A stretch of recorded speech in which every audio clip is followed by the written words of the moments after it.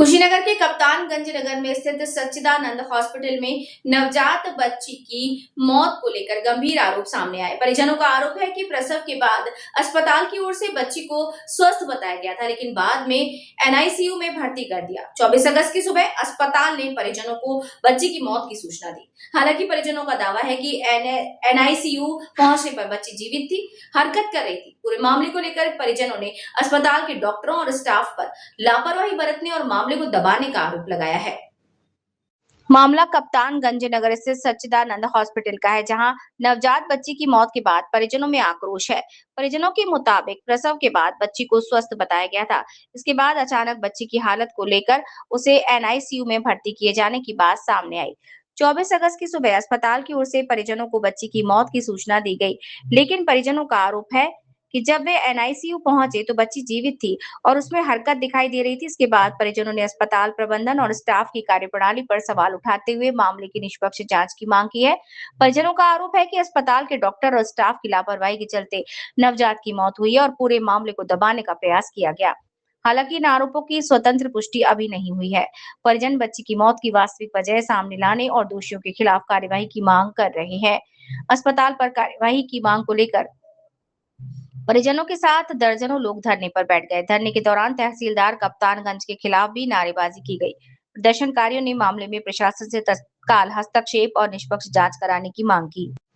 परिजनों का कहना है कि नवजात की मौत की वास्तविक वजह सामने आनी चाहिए और यदि जांच में किसी की लापरवाही सामने आती है तो दोषियों के खिलाफ सख्त कार्रवाई होनी चाहिए। फिलहाल पूरे मामले में जांच के बाद ही नवजात की मौत की वास्तविक वजह और जिम्मेदारी स्पष्ट हो सकेगी। क्या हुआ था संदीप जी, क्यों धरने पे बैठे हैं आप लोग? 19 तारीख को हमारी भवा थी, छोटे भाई की पत्नी, वो एडमिट थी यहाँ पे डिलीवरी के लिए। 20 तारीख को प्री मैच्योर बच्ची होती है तो हमने कहा कि अगर आपके पास इलाज की व्यवस्था ना हो तो हमें किसी बड़े अस्पताल बता दिए, हम वहाँ लेके चले जाएंगे। इन्होंने कहा हमारी बच्ची ठीक है। 2 दिन 3 दिन नॉर्मल डिलीवरी हुई थी, वो 3 दिन से छुट्टी नहीं कर रहे थे। कल शाम को हमारी भवा जब बच्ची को देखने गई, कथित आईसीयू में, कोई एनआईसीयू है नहीं वहाँ पे, कथित रूप से एक ब्रेंच पे रखा गया है, वहाँ देखने गई तो बच्ची के ऊपर चींटियाँ चल रही थी। वो आके शिकायत की। हमने कहा कि देखिए मैडम, अगर आपके बस की बात नहीं तो उन्होंने कहा नहीं कोई बात नहीं है। अब मैडम के 2 अलग अलग बयान है, 2 लोग अलग अलग आए हैं। 1 बजे कर एक बच्ची की हालत खराब होता है, 1 बजे रात को बच्ची की हालत खराब हो गई, अपने परिजनों को क्यों नहीं बताया? दूसरा कह रहे कि 7 बजे बच्ची की मौत हो गई है। ये दोनों बातें बहुत विरोधाभासी हैं। हम इसी बात की तस्दीक करने आए। 3 के अस्पताल के गुंडों द्वारा हमें रोकने की कोशिश की गई। मैं बच्ची का बड़ा पापा हूँ, रोकने की कोशिश की। मैं जब पूछा तो उन्होंने नहीं बताया, तो फिर मैंने प्रशासन की मदद ली। प्रशासन यहाँ पर आई, तब मुझे बच्ची दिखाया के पता चला कि ये लोग 7 बजे के पहले मेरी बच्ची को मार डाले थे, लेकिन ये लोग बता नहीं रहे थे। फिर मैंने कहा कि अब मुझे बच्ची के मामले में न्याय चाहिए, क्योंकि कौन आपका डॉक्टर इलाज कर रहा था, कौन यहाँ पे बच्ची को देख रहा था, क्या क्या इलाज हुआ 4 दिनों में, वो सारी चीज़ आनी चाहिए। लेकिन अस्पताल प्रबंधन इतना लापरवाह है, उन्होंने कोई जानकारी नहीं दी। डिप्टी सीएमओ भी आए थे, उन्होंने भी बातचीत की, लेकिन डिप्टी सीएमओ उनके सामने असहाय दिखे।